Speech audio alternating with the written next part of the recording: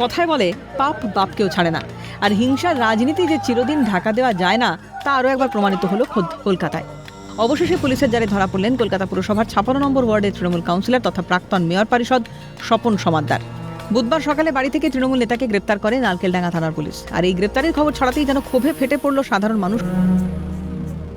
নাম কেন বলবো, এদের তো ভিডিও রয়েছে, এরা ধমকি দিচ্ছে। তারপরে বিভিন্ন ভাবে সিবিআই তদন্ত করেছে, এদের নামে চার্জশিট হয়েছে এবং আগামীকালকেই ব্যাংসালের সিবিআই আদালতে এদের মামলা রয়েছে।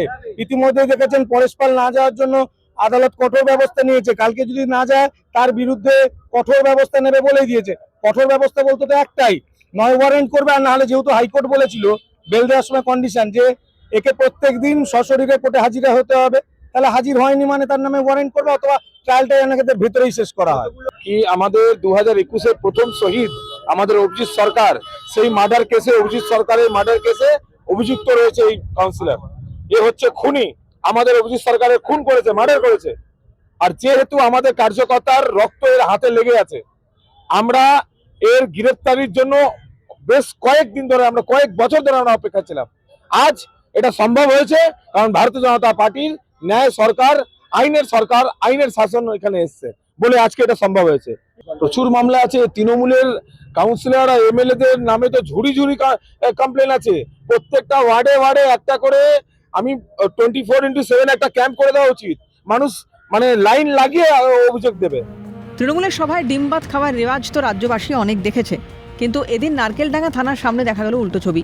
স্বপন সমাদ্দারকে যখন পুলিশ গাড়ি থেকে নামায় তখন জনতা ও বিজেপি কর্মীদের জমায়েত থেকে ধেয়ে আসে একের পর এক ডিম। যেমন কর্ম তেমন ফল। বিক্ষোভে ফেটে পড়া আমজনতার মুখে তখন এই একটাই স্লোগান, ডিমের ঘা খেতে খেতে মাথা নিচু করে হাত জোড় করে কোনো মতে পুলিশের ঘেরাটোপে থানার ভেতরে যান নেতা।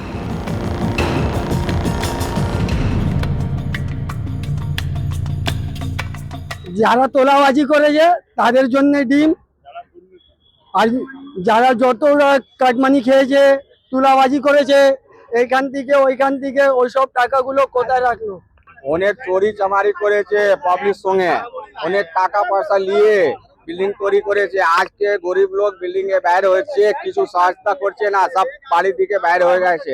অনেক টাকা নিয়েছে, আজ বিল্ডিং এর 20 লাখ 25 লাখ সব টাকা নিয়েছে। যে একদিকে যেমন ডিম হাতে রয়েছে, পাশাপাশি টমেটো কিন্তু হাতে রয়েছে বিজেপি কর্মীদের। যখন স্বপন সমাদ্দারকে পুলিশ এই নারকেলডাঙ্গা থানায় নিয়ে আসবে তখন তাকে লক্ষ্য করে তার বিরুদ্ধে যত ক্ষোভ আছে মানুষের, সেই ক্ষোভ কি ডিম এবং এই টমেটোর মাধ্যমে তাকে লক্ষ্য করে ছোড়া হবে। ক্যামেরায় সমীরণ হালদারের সঙ্গে সুদীপ্ত পাল, ক্যালকাটা নিউজ।